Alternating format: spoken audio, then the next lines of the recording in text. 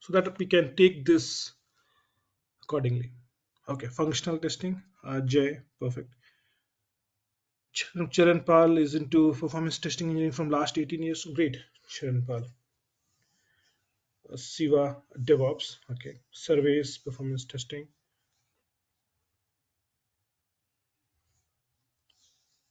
Good, perfect. So I believe Jay, your motivation is to switch your career from functional to performance or SRE, right, Jay? That's why you are here. Yes, yes, it is. Perfect, perfect. Thank you. Sure, we will get there. And Siva, I think same thing right for you as well. You are into DevOps, so you want to understand from the SRE perspective, the troubleshooting and the roles and responsibility of an SRE engineer. Would that be right, Siva? Yeah, yeah. Okay, great. Perfect, guys. I got, thank you so much, Sumitra from application testing. Okay. And there are a lot of performance engineers, infra testing. So Musarraf has done that. Perfect. So, okay. So we'll get started with this demo. By this demo, you will definitely would be take away, you would understand about this domain, performance engineering. If you have not worked into, you will understand about the SRE roles and responsibility, and you would get a better perspective of what would be expected in the interviews or in your line of your career. Okay, so we will take that. So this is gonna be, so this is about me. Okay, uh, uh, I have already introduced. We're gonna, this is the agenda of this demo. We're gonna start with a question and would like to go over a software development and deployment evolution, how the software has been developed and deployed over the years. We'll take a look at the history, and then we'll understand where we stand in today's market, and then we'll go over the course that we have. I'll introduce you to the course, and then you can ask me any questions about your career, about this course, how it's going to benefit you. You can ask me any questions. So I'm going to take 40 minutes, and then rest 20 minutes we can discuss. Okay, that's how we will plan this. Okay, so this is the question, simple question. um, let's say the performance engineers, you can replace this word with functional or anybody in IT. Okay, software, let's put, are software engineers, because I see most of the people here from different domains as well. So let me ask you this: our software engineers are expected to know this, uh, when I say this, DevOps, microservices, containers, and cloud. What do you Yes, guys think? yes, it is an basic requirement, like basic thing to know. Absolutely right, Jay. Yes. Yes, So Jay, who has experience into functional testing, is agreeing to it. How about others? Those who have been working into performance testing, engineering, application testing domain, DevOps. Do we all agree on this? You can chat. You can put in the chat yes, no, or you can unmute yourself. Anything is fine, guys. The way you feel comfortable.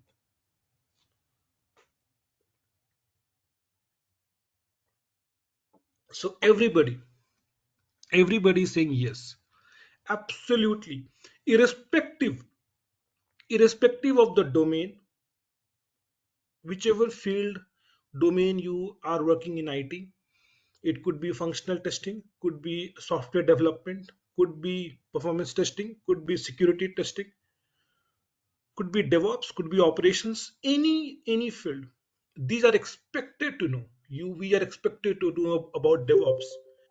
And why so? I will talk about that in my next slide. Why these things are important. When we look into the software development and deployment evolution, how software has developed and deployed over the years, we'll understand this better. Microservices. What is microservices? Why are we talking about microservices? What were the things before microservices? DevOps. What was the technology tools at SDLC model before DevOps? Why containers? Why not VMs? Why cloud?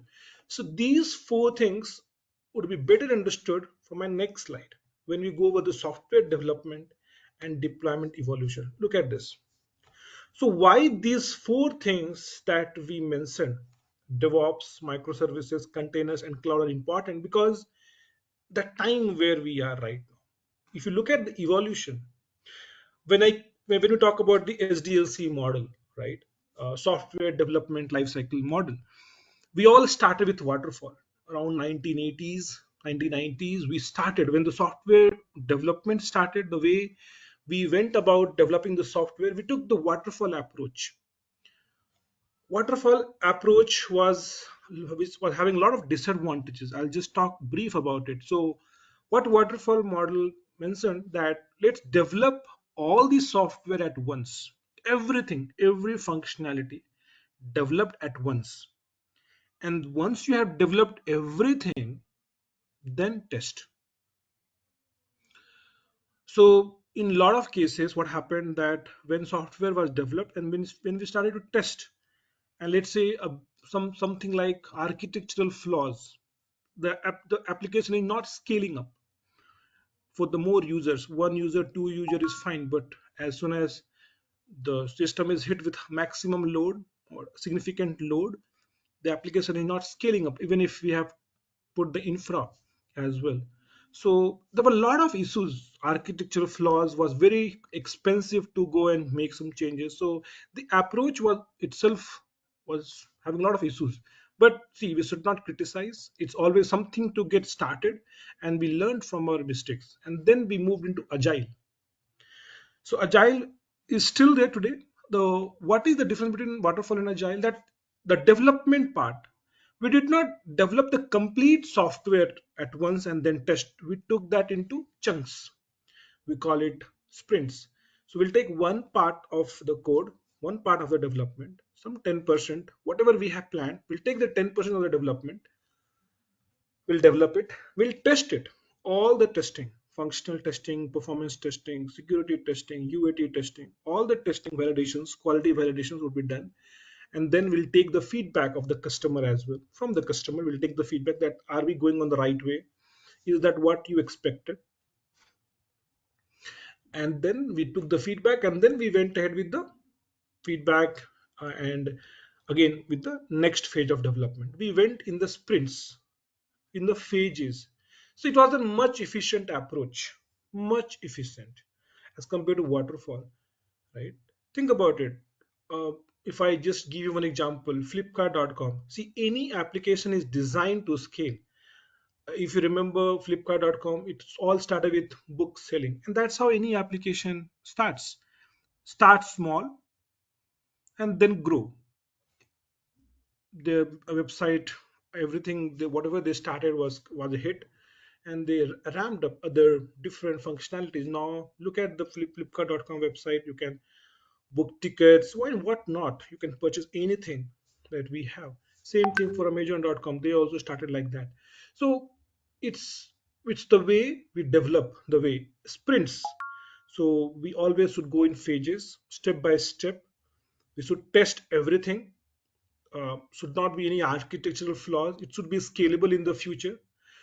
Considering that agile was much efficient approach when we talk with compared with the waterfall. Now then, why this DevOps? So currently, as we speak, we are into DevOps. So again, in the agile, there was a problem. Problem was with the two teams. See, in IT, we can divide complete IT into two categories. Either you are a developer or you are into operations. So all the quality validations, guys, can be clubbed into operations. So if you're not a developer, you want to operations. So a lot of collaboration issues happen. So let's say uh, developer developed something. I'll give you a few examples and why this DevOps came. So let's say developer developed something, and now testers have to test. Start with the functional testing. Testers started to test, and testers found that some issue, and they reported the bug. But eventually, it was found that it was not the issue with the application. It was issue with the environment. Something was missing, some plugin, something was missing. Because of that, the issue was happening. Unnecessary, this the entire manual process, right? Doing manual testing work or like doing steps uh, to avoid these kind of issues, environmental issues. So this then after functional testing, performance testing happening, then security testing, all these things were done in a very manual way, step by step. It delayed the deployment process. See, when the code is ready, I would like to ask everybody here, think about it. It doesn't need any IT, a lot of experience, just logical, rational thinking. When the code is ready by the developer, what is the main end goal? What is our goal? What do we want to do with that code? Main goal.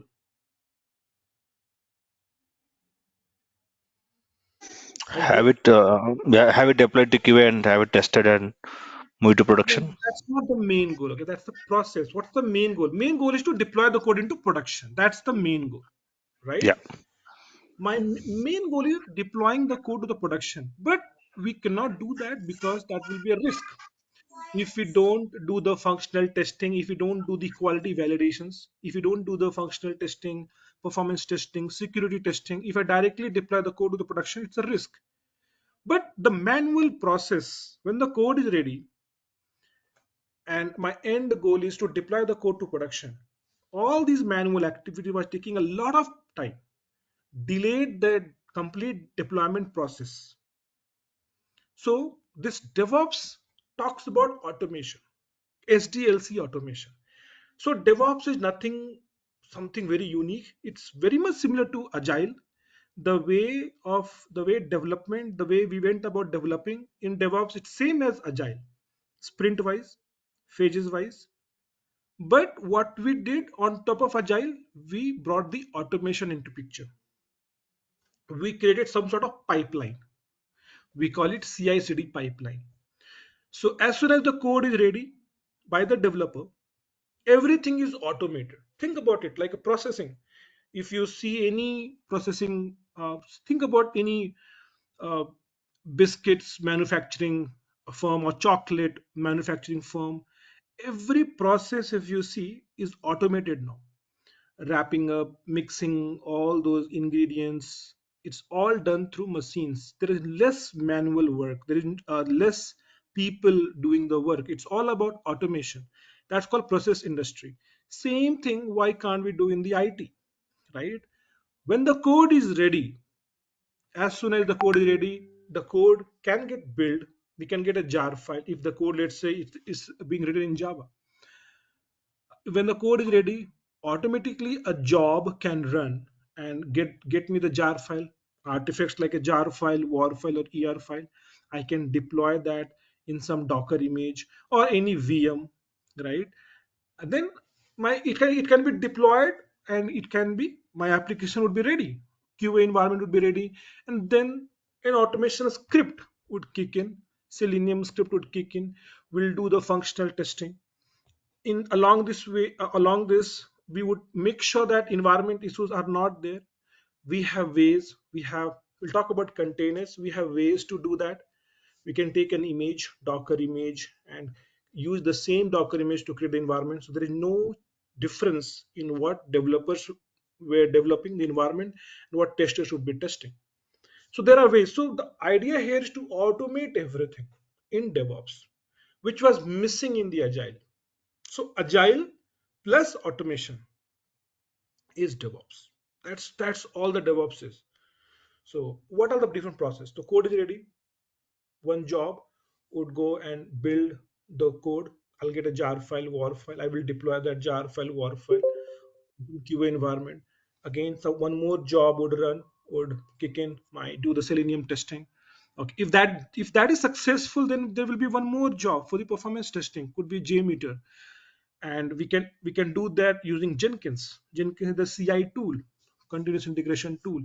uh, One performance job would kick in, and one, if it is successful, security testing could be done, and eventually, if everything is done, my code would be deployed to the production. It could be Kubernetes setup, or could be containerized setup, or could be in the VM. That depends how my code is being deployed. That's a different story, but the idea here is in DevOps is the automation.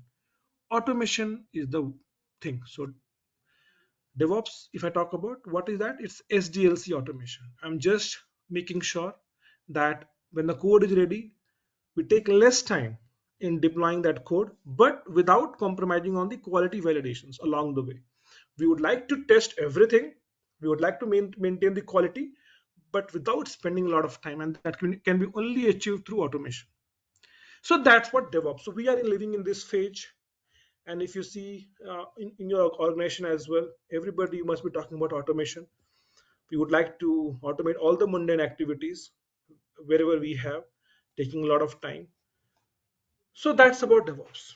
No, that's and it's important, and that's why we have this first, and everybody acknowledge that it's important. Yes, absolutely. No, microservices. If you look at when the software development started, monolithic, right? So we were dumping or we were putting every code base in a single project. Think about it, right? The problem, if you have too much code in one application, let's say if you're putting everything, all the functionalities together, you are packaging it together, you have one jar file and lot of packages, right? You have Java, let's think about a Java project, and you have a lot of projects, packages, a lot of class files, we have Java files, and you're packaging it together. So tell me one thing, even for the smallest change, you need to build everything. Yes or no? You will, even let's say you even if you want to do cosmetic change, something, some UI change, small change in one of the things, you have to do entire, you have to build entire code base. That's one thing. But think about the problem. If you have a bigger functionalities, right? If you have a much bigger code base, I'm gonna just talk about microservices a little. Let me and make you understand. Um, Okay, just like to understand. Do we understand, guys, the difference between monolithic versus microservices? Everybody, please mention yes or no quickly. Uh, no problem. Can you repeat again, Monal? Uh, Monolithic versus microservices, the Yes. differences. Okay, others, everybody understands. If is there anybody who doesn't understand? Perfectly fine. I'm going to explain that. Okay, let me explain that. See, monolithic, what it is. See, if you look at any architecture, right? Let's say you have a three-tier application. Mostly, it's a three-tier application. Okay, so we have web server, which we hit mostly Flipkart.com. Whatever we see, web server is being rendering by the web server. Then we have got application server, where the business logic is there, and then the third is the database. Let's say we have a three-tier application. I would like you to focus on the application server.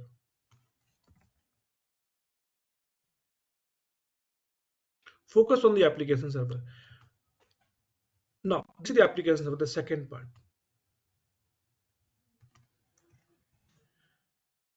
What happens in monolithic applications? Monolithic is not bad, okay? So you need to understand one thing. Monolithic is not bad.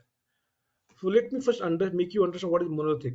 So let's say you have functions. See, you have modules. Think about any, let's say, Flipkart.com. You have a module for payment. You have a module for flights booking, right? Or you have a module of like electronics items, like different modules we have, different sections we have, right? So we call it those things, we call it modules. Let's say consider there are four modules. Any application is having four modules. I'm calling it module 1, 2, 3, 4. Okay, let's say. So module 1, module 2, module 3, different used for different purpose. One is payment module, one is electronics module, one is flights, different modules. Okay.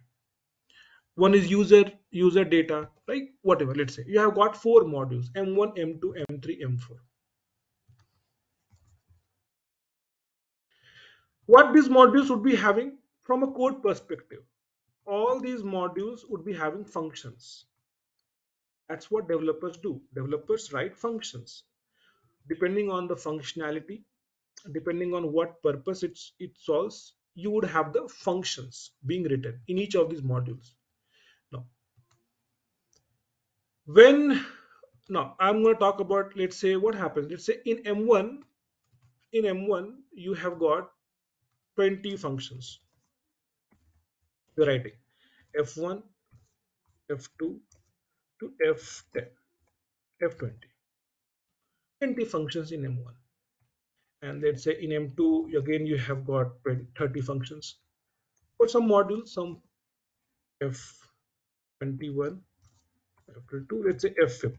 Similarly, you have functions in the other modules as well, M3 and M4. When you package it together, packaging means, see, when you write a function, it could be, let's say I'm writing a function in Java technology. So obviously dot Java would be the extension. So I will get a lot of Java files here. So when you package it together, you get one jar file, and that is what you deploy on the server, application server, like Tomcat or WebLogic or WebSphere. You will deploy that, the jar file. It could be packaged. All the functions could be packaged into, depending on, again, it could be a jar file. I'll be package this, and I'll get a jar file, a word file, or an ER file, and then I will deploy this onto a application server, and I will get my application running. So think about it. You are packaging it. Now, in the case of monolithic, what happens? There is a huge dependency of the functions that you are writing for each of the modules. So when you're writing M1, you are calling, when you're writing F1 function, you are calling F22 function, you're calling other functions of other modules. So there is a huge dependency of code base. The functions are being called anywhere and everywhere. In monolithic, that's what happens. There is a huge dependency again, because if M1 needs to use F22, which is in the M2 module, again, I'm not going to write F22 function again. I can simply call it. That's how we write. If you look at into Eclipse, IDE, right, or IntelliJ, that's how we write the functions, and that's how the functions are being called. And that's what developers do. They call the functions. In case of monolithic, the functions are being called anywhere and everywhere. So M1 is being called by M2, M3, M4. To write M2, M1, M3, M4 are being called. All the functions are being called. There's huge dependency across all the modules. The functions are being called anywhere and everywhere. Now think about a problem. If you have got issue with one of the functions, let's say F2, something you changed, and F2 has an issue. Small change, but F2 has an issue. Now, do you think if F2 has an issue, it can impact M1? In indirect, it can impact other modules also, because M1 is being called by other modules also. So do you think it can impact the entire application? The issue with one function, one of the code, because there is a huge dependency. Yes, no, absolutely yes. It can cause downtime. Even issue with one of the function can cause downtime. Do we understand this, guys? Everybody? Yes or no? Please confirm me in the chat, or anyway, like, unmute yourself. Yes, everybody? Are you all good till this point of time? Perfect. So this is the problem with monolithic, and that's what we have been developing all this time. If you look at monolithic, that's what it is being done. If the code base, the more the code base, the bigger the code base, the bigger is the problem. And again, for to deploy even M2, let's say I did a bug fix. Developer did a bug fix in F2. Some some bug was there. The developer, some they have added some code, could be exception code or whatever. Let's say some code has been added in F2. Now you, if you want to deploy, make the changes, you will have to deploy the complete, build the complete code base and deploy it as a one jar file. So the bigger the code base, the bigger the problem. I would like to ask you one thing. Everybody uses Make My Trip here, right? Everybody must have used Make My Trip or Clear Trip, any booking website. Do you think so? When we go to Make My Trip, we can see the flight details of Indigo, different flight carriers. Indigo, Air Asia, Air India, SpiceJet, and there are Go Air and so many. So, do you think Make My Trip application is having the code base? And there is another website also, Indigo websites, separate. There's separate website of Indigo.com, separate website of Air India, SpiceJet. There are separate websites also. And when we go to Make My Trip, you can book tickets there also. So how it is possible? So do you think Make My Trip is having the all the code base of all the other flight carriers? Think about it.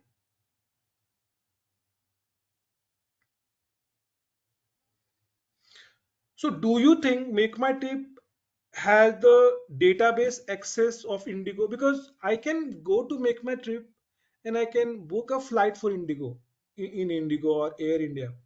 I can book a flight. So do you think Make My Trip have database access of Indigo, Air India, Air Asia, every other flight carriers? Same thing for Clear Trip, same thing for other booking websites. No, it doesn't work like that. Make My Trip is having their own code because see, when you go to Make My Trip, they have user details, user logs in, right? And the user details, so they have their own code base, but they are all using APIs.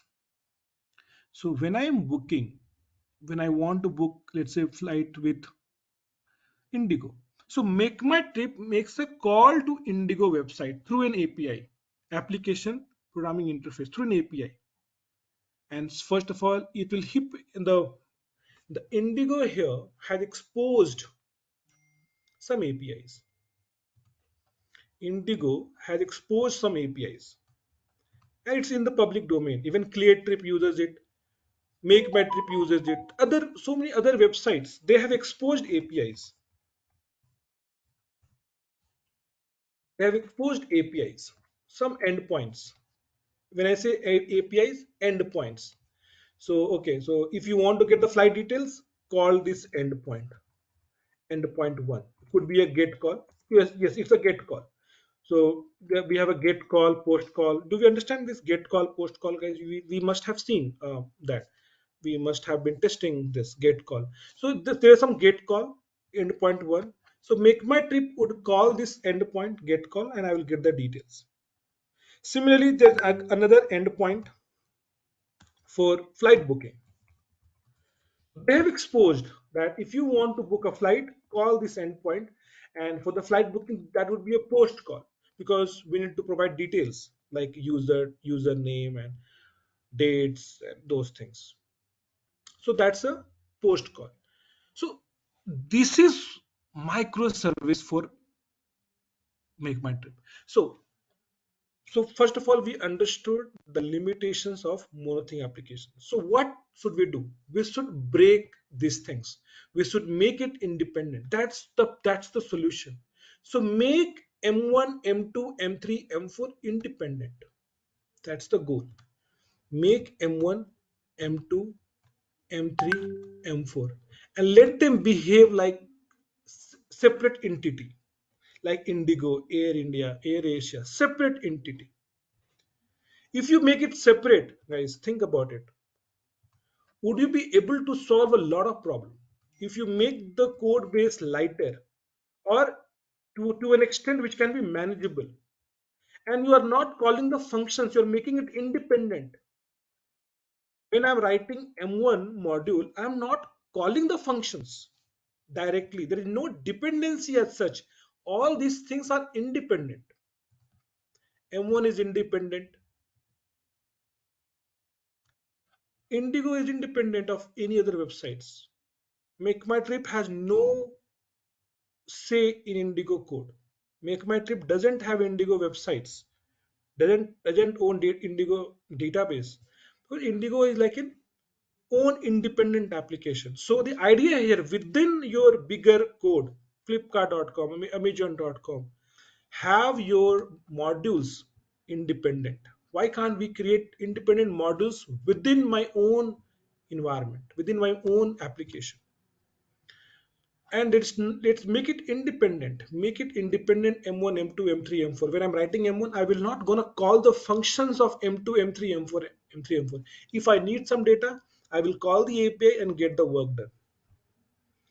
In this, at least if the issue with M1, it's not going to impact M2, M4, M3. The core functionality is not going to get impacted. And that's what the happening. The current environment, if you see, all the development is happening in the microservices way, independence, because it gives you high availability. The issue with one of the functions in one of the modules is not going to impact the other modules. So do you think if Indigo is down, it you will not be able to book tickets in Air India or Air Asia or Go Air from Make My Trip, or you'll be able to book tickets to other websites? We can, right? We'll be able to book.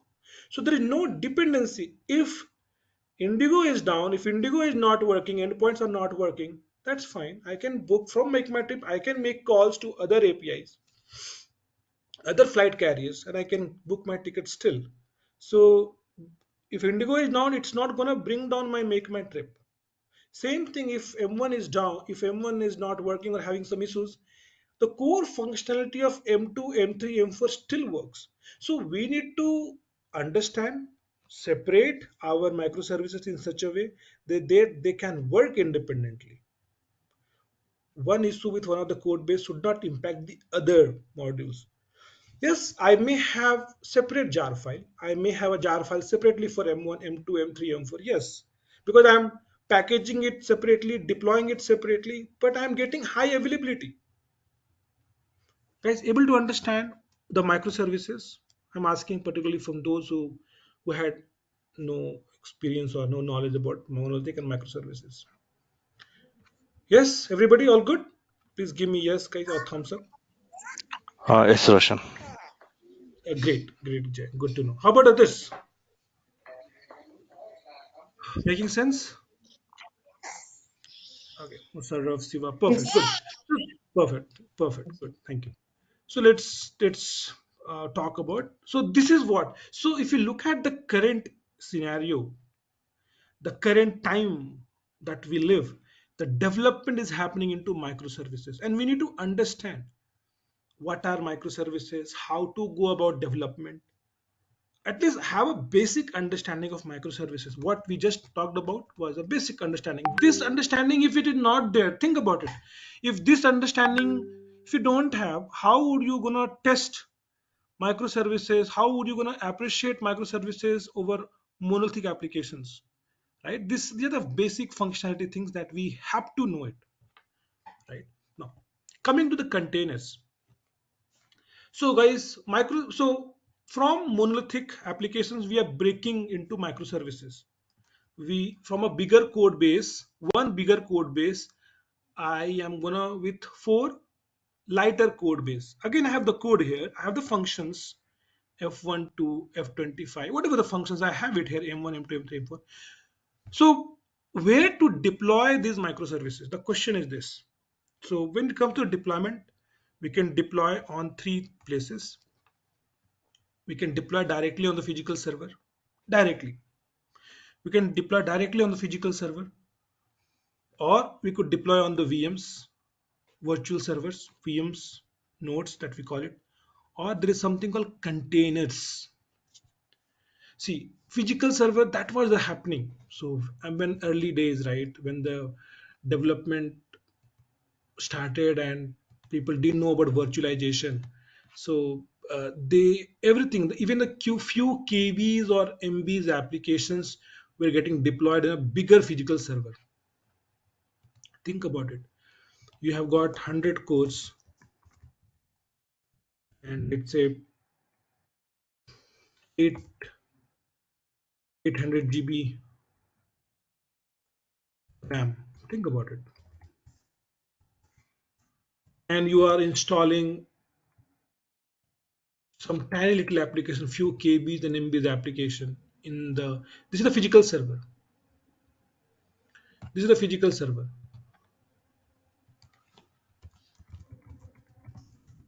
And you are deploying some tiny little application, few KBs or MBs application into this physical server.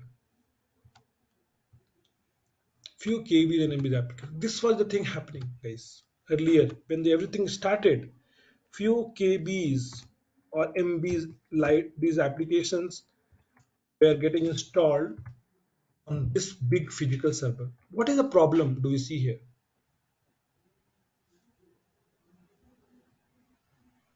Do we see resources being unutilized, resources being wasted, uh, unnecessary, so much of resource for this small little application? Do we get that feel?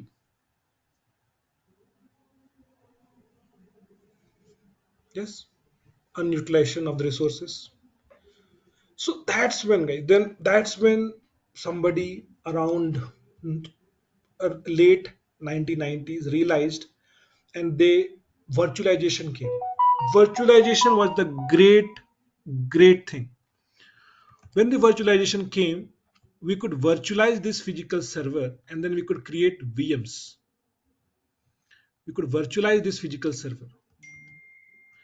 We installed something called virtualization software and then we could create VMs, multiple VMs of different shapes and sizes, nodes, and we use this VMs. This is VM1. We use this VM to deploy the monolithic applications, bigger applications. Now, around 8 years back, 8 years back, 2015, there was a concept of containerization. So even in the VM, I'll tell you, even in the VM, so this is my VM1, VM2, VM3, VM4. Even in the VM, it was observed that the resources are not being utilized. Mostly the VMs are like 20% to 25% utilized. So around 2015, one technology came called containerization. And what did we do? We containerized the VM. So this process of creating the VM was called virtualization. So these things are very fundamental things, guys. Everybody should has to know it. This process of installing the virtualization software like VMware, VirtualBox, Hyper-V, of using this and creating this VM called virtualization. So it was a great thing. When we created the VMs, we could deploy multiple applications separately. We could deploy applications separately here. We could deploy a few applications here. We could deploy multiple applications separately. Uh, the monolithic applications on each of these VMs. So let's say on VM1, I installed web server. On VM2, I installed app server. On VM3, I installed database server. Think about it. So we use three VMs to install these things. VM1, VM2, VM3. We use three things. We installed web server separately, application server separately, and database server separately in each of these VMs. Now, when this containerization came, we containerized the VM. I'll talk about containerization process. What is containerization? It's again some software installed, some sort of software we installed on a VM, and we could create containers. And what did we do with containers? We deployed the microservices there. So in each VM, we installed a software. In each VM, we installed a software like Docker. Docker is the container engine. We installed Docker and we could create multiple containers, and each container would have one microservice. So, for example, I'll tell you one simple example to make you understand. See, everything is to do the best cost optimization, to have the efficient utilization of the resources. That's what we want to achieve. Efficient utilization of the resource, and that's when this containerization helps tremendously. See, if you could save the cost of any organization, nothing like it. So when this containerization came, I'll give you the. So let's say you use three VMs, separate VMs to install web server, app server, and database server. Now in one VM itself, I can have three containers. In one VM itself, think about it. What I'm going to tell you. In one VM itself, you can create three containers, and in one container you can have your web server, in another container you can have your app server, and in another container you can have database server. Think about the cost optimization and think about the resource utilization. You required three VMs to deploy web server, application server, database server. Now when you did the containerization, when you containerize the VM, in the same VM you can have your web server, you can have your database server, application server, and you can have your database server. Think about it. That's what the containerization does. So that's what it is, guys. So we're gonna. This is the process. This is the phase we are in right now.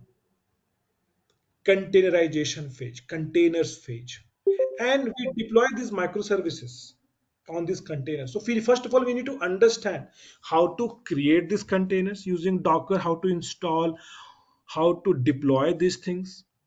We need to understand this. Even have you we have to, if you don't know, find a way to know this.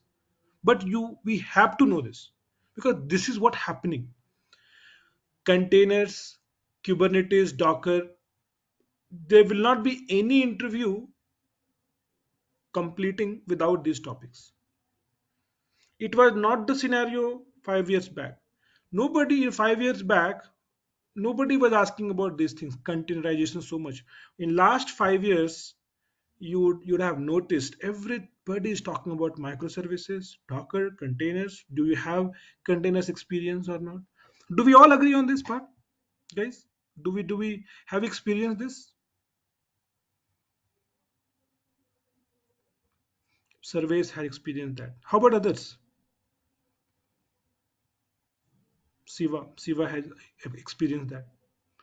Yes, that's the because why? Because this is the phase we are living right now. This is the latest thing going on, and that's what the adoption, IT industry adoption is happening.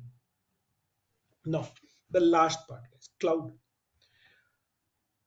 When earlier or 1980s, if you have a business idea, you have to set up your own data center. Setting up a data center is very costly. Only the likes of Amazon, Oracle, IBM could set up the data center. Smaller companies, so many new startups are coming.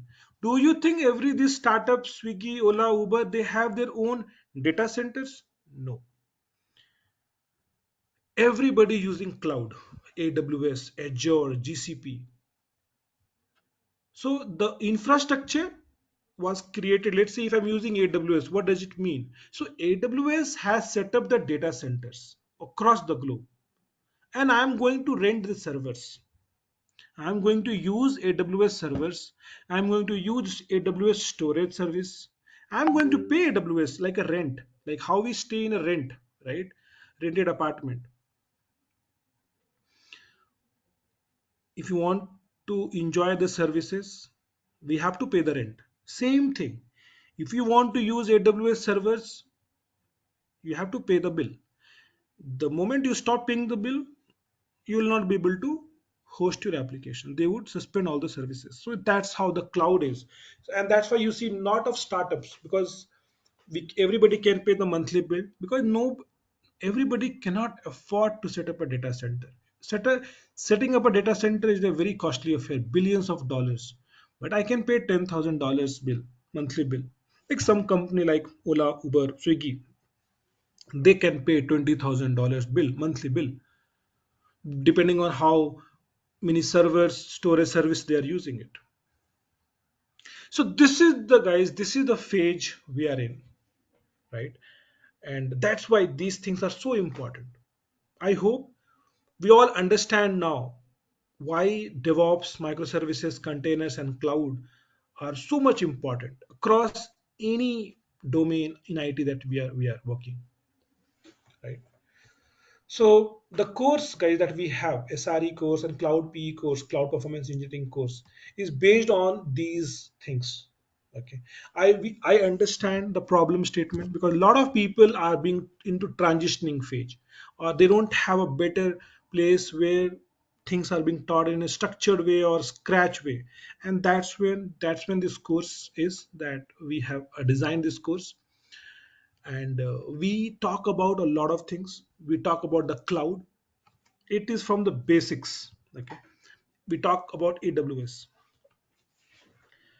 See, think about it. If you don't know how where the servers are being deployed, how the servers are being deployed, what is EC2, what is storage service like S3, how are you going to test it, right? So we need to know cloud. So we'll talk about AWS cloud in the course. So entire everything, the enterprise level applications are being deployed on the Linux VM. It's not Windows VM. So most of I have whenever I have interacted, most of us are comfortable with Windows.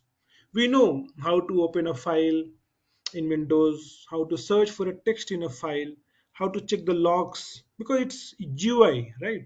But in actual, when the enterprise level applications are being deployed, they don't select Windows because of its cost, because of its security, a lot of other things. It's heavy. Windows are so heavy, so it's always deployed on the Linux. So we need to know Linux. We need to know how to navigate, how to check logs, how to navigate in Linux, how to be comfortable in Linux. It's just an operating system. It's all about commands. So we have covered the Linux part in the course. Yeah, Jay, I'm going to take up the questions, Jay. So just hold on for some time. Sure, sure. Yeah. Uh, so we have the architectures, software architectures. What is monolithic? What is microservices? We have explained that. Again, when you talk about the microservices, we need to understand where to deploy that. So, and that's where the topics like Docker, Kubernetes would be helpful. It will help us understand how to create, how to deploy containers, and how to auto scale, auto deployment in production when the load is increasing. How Kubernetes will help in auto scaling, in auto healing of containers, and that's why this topic Kubernetes. We'll talk about DevOps and how performance engineering fits in DevOps. We'll talk about CI/CD pipeline, continuous performance testing. So, using Jenkins, how do we create jobs? So, when a developer is ready with the code, what all different jobs would be required before we deploy the code to production? So, we'll talk about CI/CD pipeline. In the SRE part, will we have automation? See, SRE, when it comes to SRE, the important thing is in the from the production perspective. See, there are developers who will develop the code. There are testers who will do the quality testing, functional testing, performance testing. But how about the real game? What is the real game? Real game is user experience. Why are we doing this? Why developer is developing? Why testers are testing? It's all about the user experience.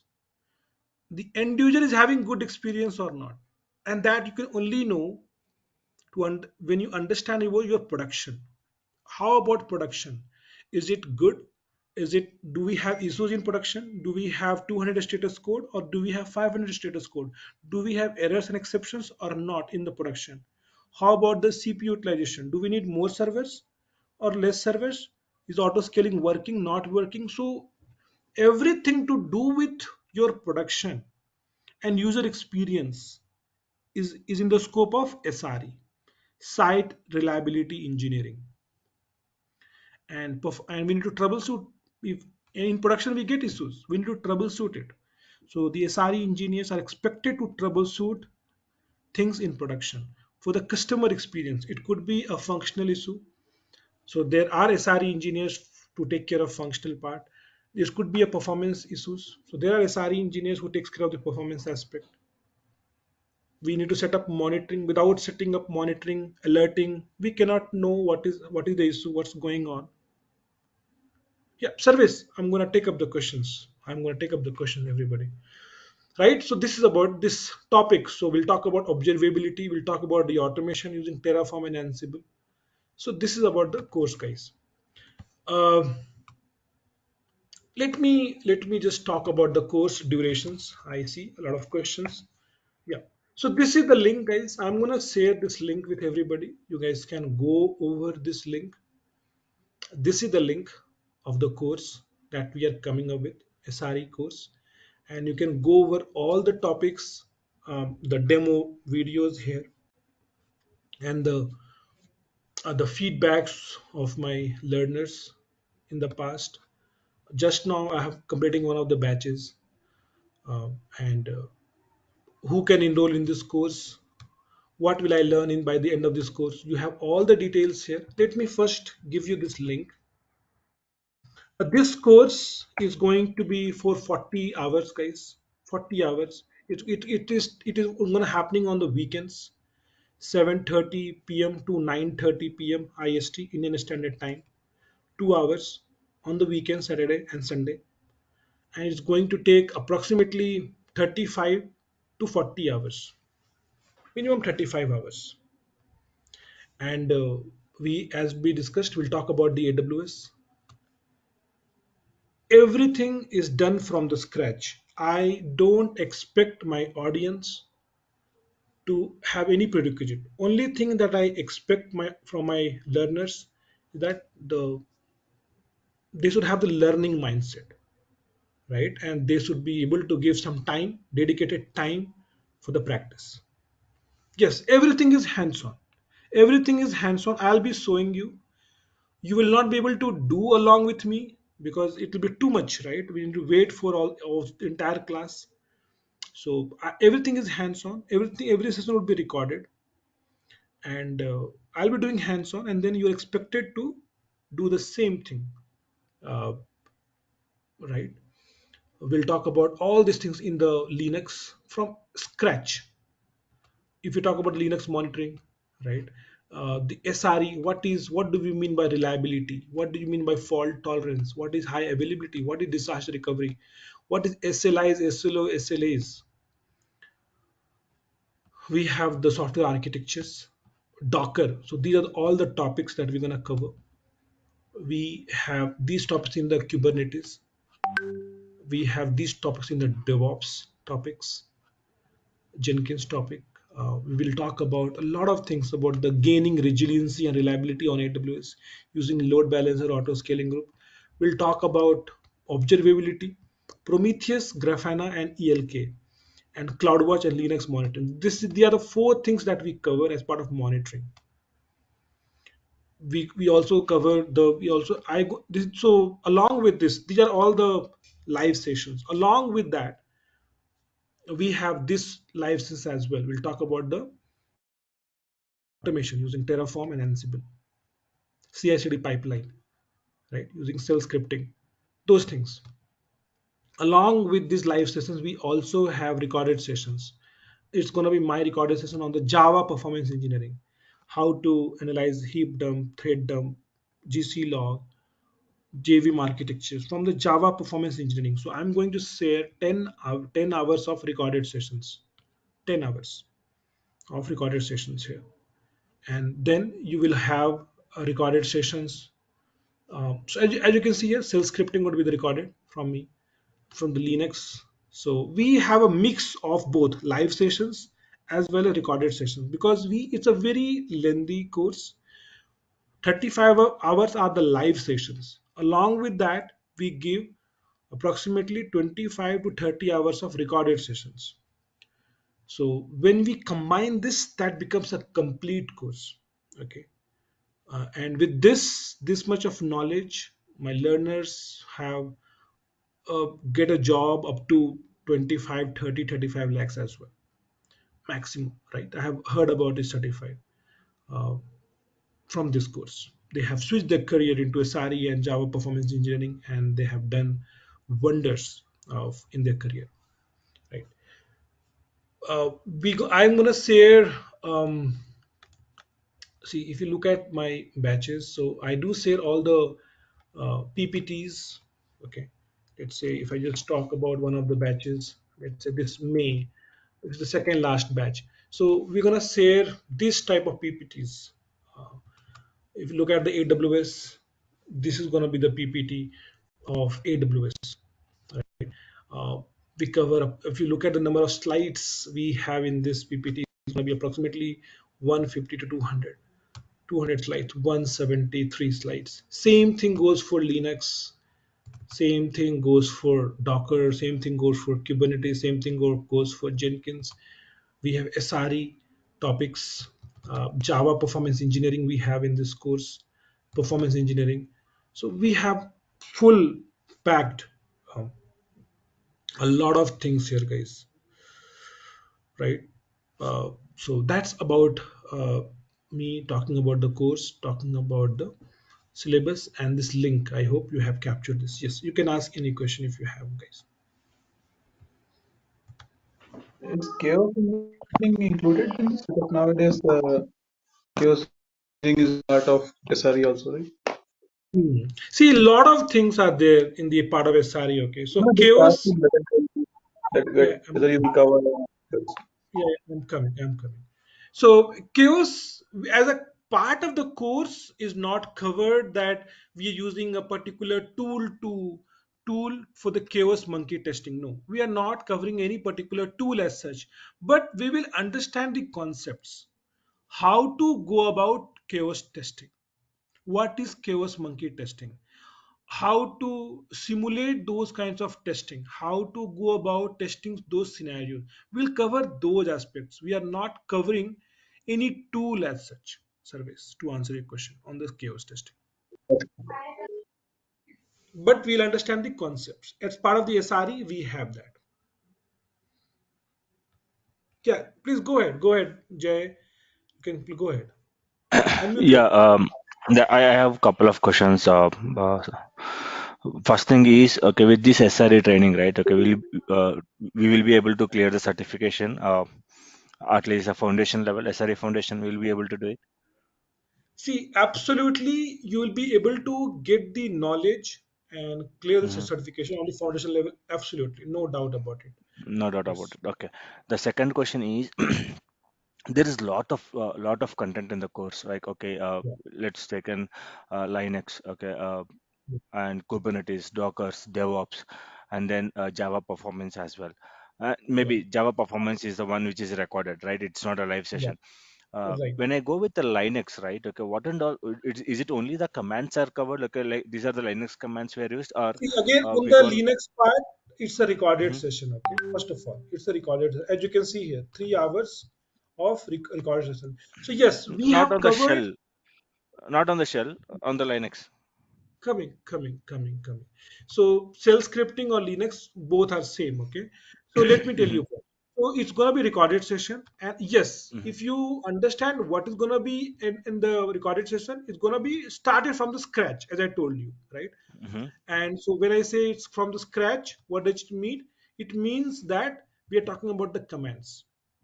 We are talking about the basic commands. We start with kind of PWD commands. We'll start Hmm. talking about the cell first. Then we'll talk Hmm. about navigations. We'll talk Hmm. about the man command. We'll talk about the mkdir, rmdir, the basics commands, move commands, touch command, soft Hmm. link, hard link commands. So everything It's is like, to commands. Yeah, go ahead. see, it's like how to use Linux system, right? Majorly. How to use, get comfortable with Linux. First step is Hmm. that, and then how to go about writing the shell scripting. What is a shell script? And on the performance monitoring, how to write shell script to do the performance monitoring to that level. Okay. Mm-hmm. This is what we have covered in the Linux part. Okay. And the final one is on the performance engineering, right? Okay. Is it a mandatory, like, okay, even each individual SRE who is planning to shift their career into SRE, is it mandatory like they should be knowing a performance testing, or they should be at least knowing and what is a Java performance engineering testing is? Okay. See, testing is not required. Okay. There would be some, if you join a company as an SRE engineer, testing would not be required as such, but troubleshooting mindset should be there because as an SRE engineer, you are expected to troubleshoot the application in the production. And how would you troubleshoot it? It's all about the logs. You need to understand the GC log, heap dump, thread dump, application log, Hmm. how to analyze the log to troubleshoot it. There is no other way to troubleshoot it, right? Okay. So it's all about troubleshooting. Being an SRE engineer is all about troubleshooting, going over the logs. Hmm. That's what the SRE engineers makes them troubleshooting. It's not. It's a technical role. Yeah. Okay. See, because majorly what I heard in the SRE is it's like an implementation role. Okay, whenever you've been an SRE, how do you implement an process which is more reliable, right? Which is more application is more reliable in the production. Are we achieving that in this course? Yes. Yeah, Yes. maybe see Absolutely. you are more into like, okay, like Java performance logs, right? Yeah, I agree to your point, because what we are doing is, okay, once issue has been arrived, okay, we are analyzing the root cause, okay, how where it is and how it is been caused, right? But SRE main role will be like on how to avoid those issues in very first case. Correct, absolutely. How to avoid, then you can Mm. understand. So, troubleshooting is one part. How to avoid, first catch the issue. If the Yeah. issue is Hmm. there, how to catch the issue, and that's when this monitoring and alerting will help. Once you catch the issue well in advance, before it impacts anything, right? You can do Hmm. some remediation before it impacts. So that's Okay. why for the SARI, monitoring, the observability and alerting is the most important thing. Hmm. Okay. And we have this in this course covered. Okay, sure. And you were talking about AWS, right? It's only restricted to AWS or any cloud we can go ahead with. You can go ahead with any cloud, but as part of this course, we are covering AWS. AWS, and even any monitoring tool covered? Are you covering any Correct. We have monitoring tools? CloudWatch. See, I told you, right? We have Prometheus, Grafana, The four ELK, tools, right? four tools. Yes. So Yeah, in yeah. this The link, four you tools have are the everything. monitoring tools. Yes. Cool. Cool. Cool. Okay. Uh, and what are the live sessions we'll be having? Kubernetes, Dockers, SRE. Everything, as you can see, if you go over this link, right, Jay, Hmm. you would get everything in detail where you can find in this.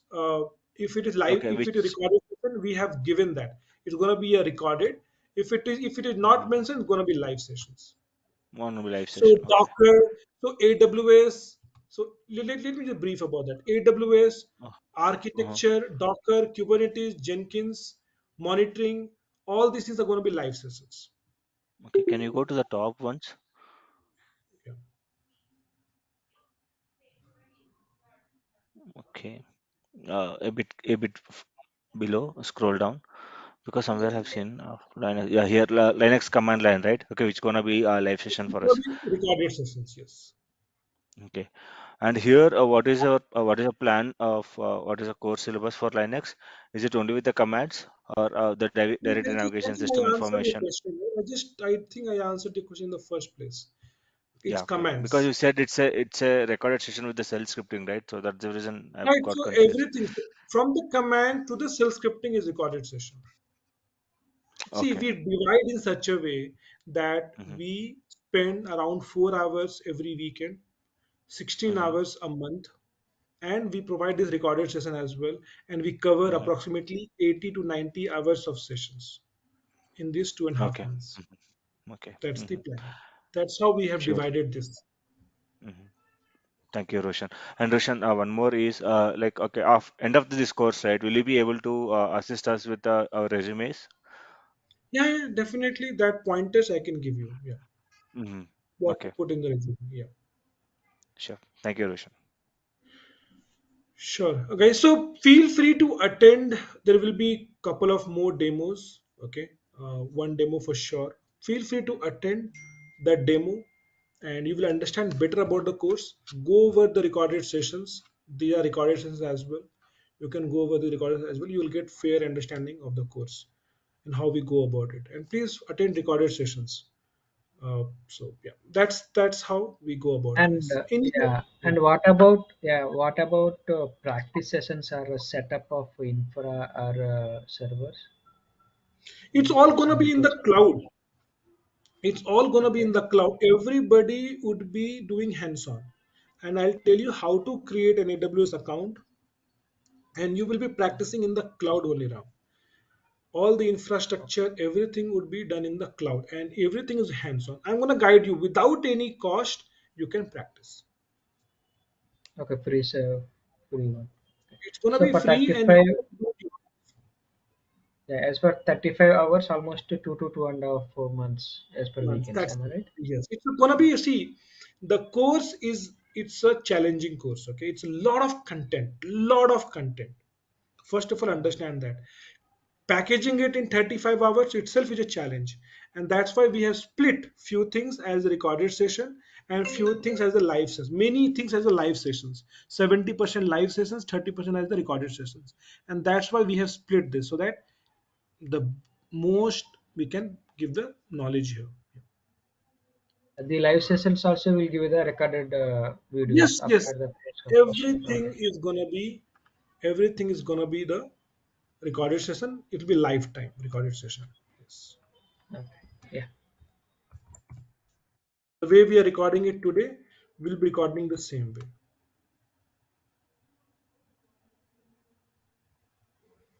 Okay. Yeah. Yeah. So this is how the recording Yeah. would look. I'll tell you. Yeah, Yeah. go ahead. Somebody has any Yeah. question? Yes. Yes. Yeah. I mean, coming to performance engineering, like I mean, from PT to PE, I mean, how? I mean, at the end of the course, do we get I mean, a full-fledged like I mean, as a PE, I mean, I will get the whole picture, and then can I mean, Absolutely. can Absolutely. we do This the is what troubleshooting or analysis and everything? Yeah. absolutely. That's why we have Java performance engineering as a recorded session. That's why we have this, right? That's why we are giving this Java performance tuning. Okay. Troubleshooting 8 hours of it's gonna be my recorded sessions. Yeah. Okay. And here, do we get some acceptable levels? I mean, for each server or any for any metric, if if CPU, I mean, if suppose if CPU is high, whether the issue is with like a thread pool or somewhere else, how to find and then how to figure it out and how to troubleshoot. I mean, Yes. like Yes. in depth we Yes. will get, right? Correct. Correct. Correct, Santosh. And see, Yeah. I'll be meeting you live. You can ask me any question, any challenges that you're going over in your daily work as well. And I'm sure I'll be able to guide you based on my experience, right? And I'll give you Yeah. perspective, and the recorded session will give you another level of perspective. And you can ask many more different questions, whatever you are going through as well. Even if I'm not talking about, let's say I'm taking AWS, but if you have a question on Java P, we can meet after the session. I'll be reachable over the Okay. phone. You can WhatsApp me also. You can call me also sometimes. So those options can be done. 5 minutes, definitely I can get some time to understand about your issue. So, okay. So, any PT can, I mean, get I mean, like an advanced and then good hands-on to transition to PE in this course. Absolutely, absolutely. Yes. No doubt about it. That's why this course is designed. Yeah. Okay. Yes. Thank you. Okay, guys, so feel free to attend another demo session. So that will be all from my side, guys. Thank you so much. We'll meet again. Okay, thank you so much, guys. Next demo session on next weekend or You'll be notified in the WhatsApp channel. Yeah. ठीक है ठीक है. Okay, thank you so much. Yeah, thank you, Roshan. Thank Bye. you, Rishi. Thank you. Thank you.